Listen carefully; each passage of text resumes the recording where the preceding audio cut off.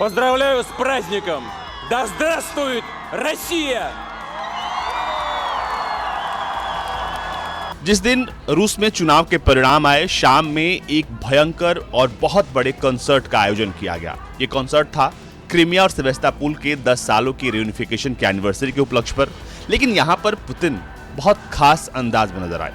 उनके साथ 3 और चेहरे थे जो उनके पीछे पीछे स्टेज पर आ रहे थे।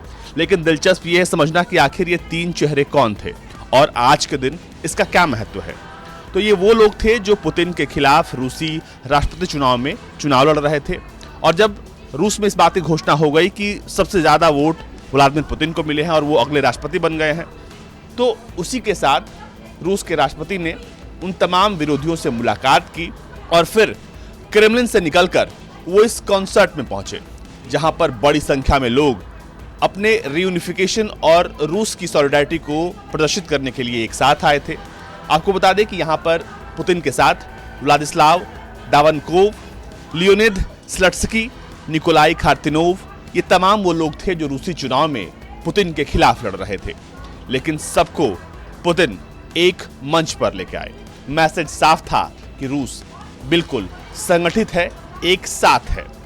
आपको बता दें कि इस चुनाव में कोई भी ऐसा कैंडिडेट नहीं था जो कि यूक्रेन पर रूस के स्पेशल मिलिट्री ऑपरेशन का विरोध कर रहा हो। ये सभी कैंडिडेट्स पुतिन के फैसले के साथ थे और रूस के चुनाव में उतरे हुए थे।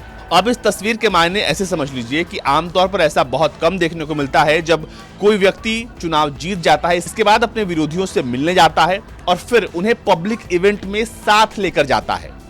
भले ही इस तमाम जो लोग हैं वो अलग अलग पार्टी के हैं, लेकिन जब बात सेवेस्टोपोल, क्रीमिया और रूस की आती है, ये सब एक साथ एक मंच पर आ जाते हैं। क्रीमिया सेवेस्टोपोल को लेकर जितने बड़े कॉन्सर्ट का आयोजन किया गया, जितना बड़ा ये आयोजन था, उस लिहाज से भी देखें तो एक मैसेज देने की कोशिश की गई पूरी दुनिया को कि यहाँ पर सब लोग एक साथ हैं।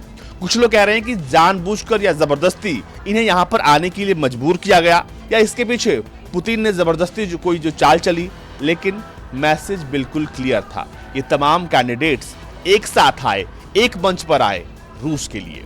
और अगर आप देखेंगे तस्वीरों को तो आपको समझ में आएगा कि जो लोग पीछे खड़े थे उन्हें खुद रूसी राष्ट्रपति आगे आने के लिए कह रहे हैं, यानी बिल्कुल साथ में लेकर खड़े हैं और मैसेज बिल्कुल साफ दे रहे हैं कि हम रूस के विकास के लिए, रूस के लिए एक साथ खड़े हैं। तो इस मंच से पुतिन ने सिर्फ एक नहीं बल्कि कई लोगों को मैसेज दिया है। यूक्रेन के साथ साथ पश्चिमी देशों को और रूस को दिखा दिया है कि रूस एक साथ खड़ा है।